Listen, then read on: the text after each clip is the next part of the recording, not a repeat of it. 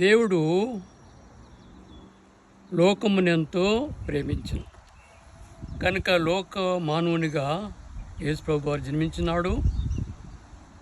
మత్తయి సువార్త 1:21లో యేసు అనగా రక్షకుడు ఈ లోకాన్ని రక్షించు కొరకు వచ్చినాడు. లోకాన్ని దేవుడెంతో ప్రేమించినాడు. యోహాను 3:16లో దేవుడెంతో లోకమును ప్రేమించను కనుక ఆ యేసు అనగా రక్షకుడు, ఇమ్మానుయేల్ అనగా దేవుడు తోడు, రక్షించు కొరకు లోకానికి వచ్చినాడు. తర్వాత పరిహారం చెల్లించినాడు.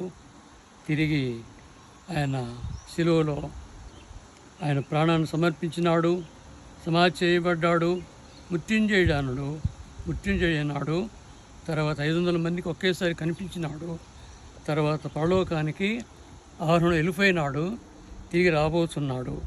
మనందరం కూడా సిద్ధంగా ఉండాలి. దేవుడి వాక్యమును దీవించునుగాక.